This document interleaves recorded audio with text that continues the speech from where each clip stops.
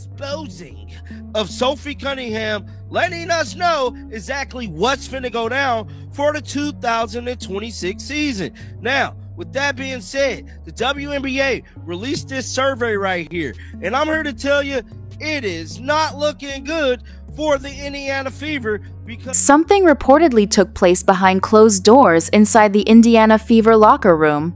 And according to the rumors spreading online, it completely shifted the energy around the team.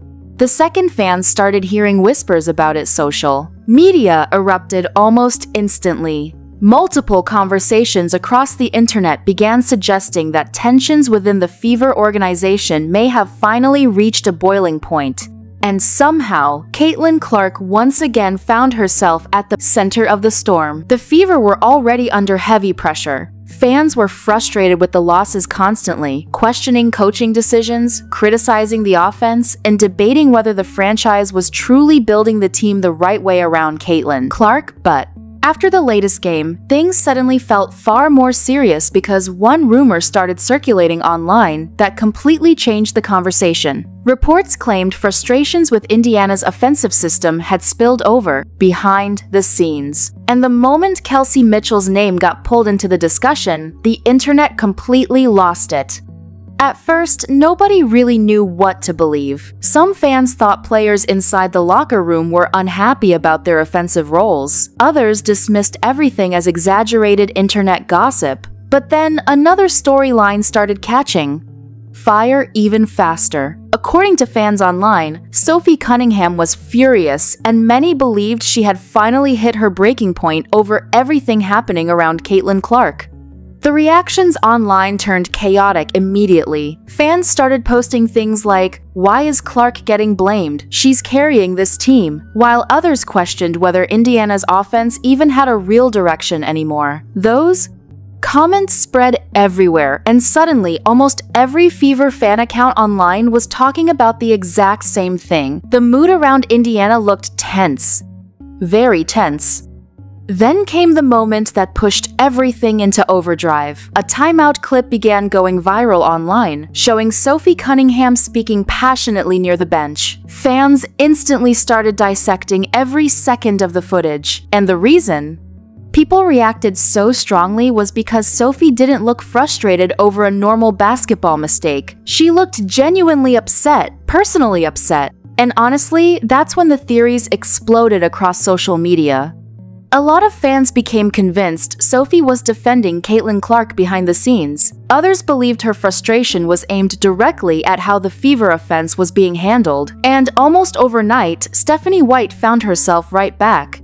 To be honest, now, who is the best center in the league? Aaliyah Boston coming in as number 3, and she's the highest paid player in the league. They straight got A'ja Wilson strictly above Aaliyah Boston. The level of disrespect is at all-time high. If you were starting a franchise today and could sign any player, right? Any player out of all the players in the whole WNBA, who would they sign? Paige Bueckers over Caitlin Clark. Rhetorical. And then after that, A'ja Wilson, bro. Dominique Malongo. Like, this is ridiculous, dog.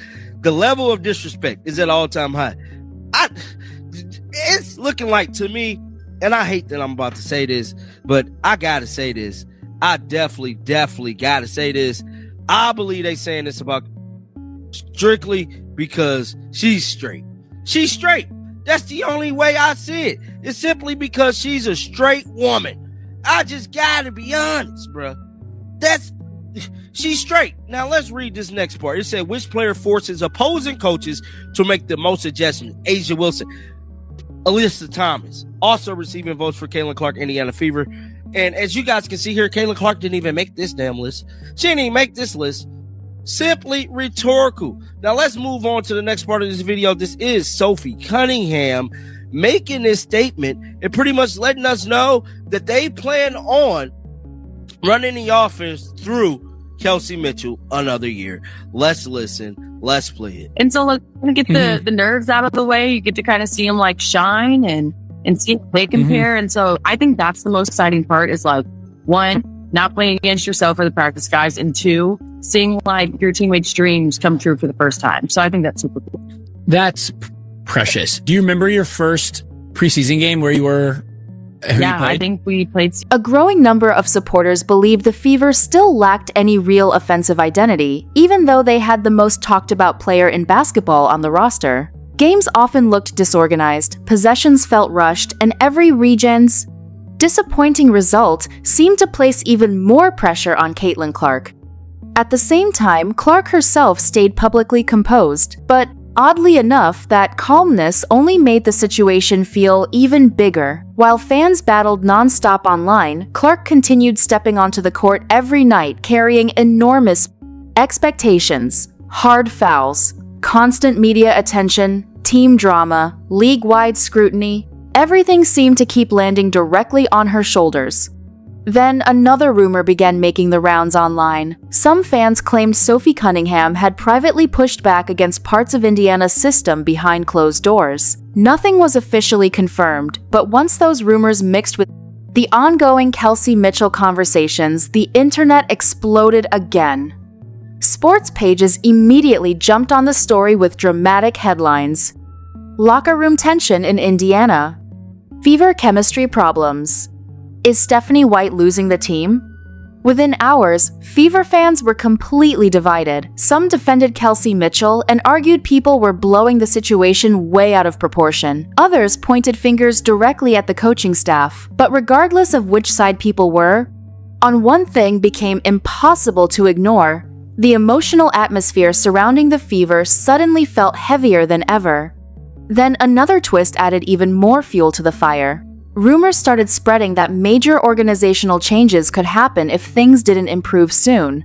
Fans panicked almost immediately because after months of chaos surrounding Caitlin Clark, many supporters feared the entire situation in Indiana was becoming unstable. Meanwhile, Sophie Cunningham kept turning into one of the biggest discussion topics online. Fans praised her passion, her emotional intensity, and the way she appeared to support her teammates publicly. In fact, many supporters started believing Sophie had become one of the few people openly standing up for Clark inside the organization. I really love her. She's awesome. JT, she's from Alabama. She is strong, can shoot it. She's just a scorer, like really good, get to her spots. Pretty like seamlessly fit right into the W, which was really nice to see. We have KT, well, she was drafted a couple years ago by Chicago, I'm pretty sure. She's been overseas, but she's a great lefty. A quick little point guard, shifty, can kick ball, good defensive player. In the same way that baseball values lefties as pitchers and batters, does a point guard like fuck up a defense if they like always go left or anything? I guess you want to be ambidextrous. You do, anyways, but I will say like Kelsey Mitchell, who could be the MVP this year. Who knows? She's just good. Like all of our plays are run so she can get to her strong hand. That moment right here, they running the plays to get Kelsey Mitchell to her strong hand, which systematically tells me that they're going to run the offense through Kelsey yet again.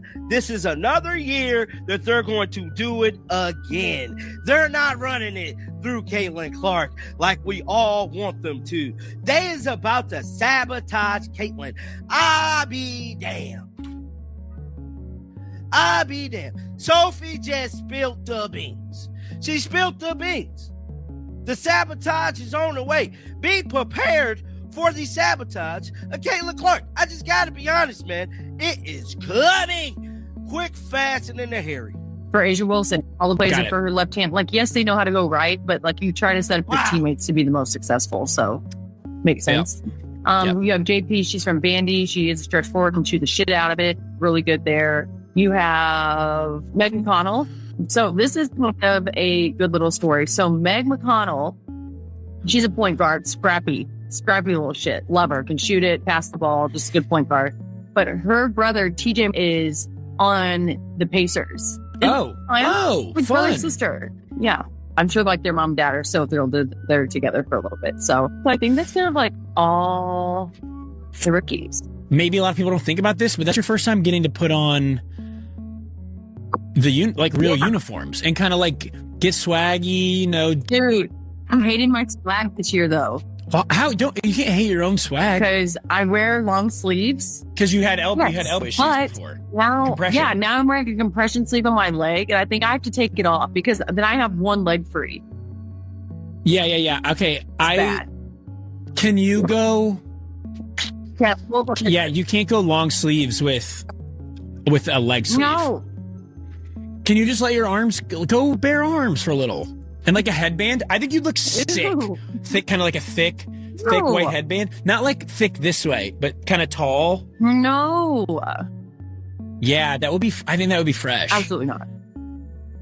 With the leg sleeve on? No. Yeah. Then yet another moment went viral online. During a late game sideline sequence, cameras caught Sophie Cunningham looking visibly frustrated while discussing offensive spacing and ball movement. Nobody actually knew what was being said, but that didn't stop fans online from creating theories instantly, because at this point, every reaction involving the Fever had become national news.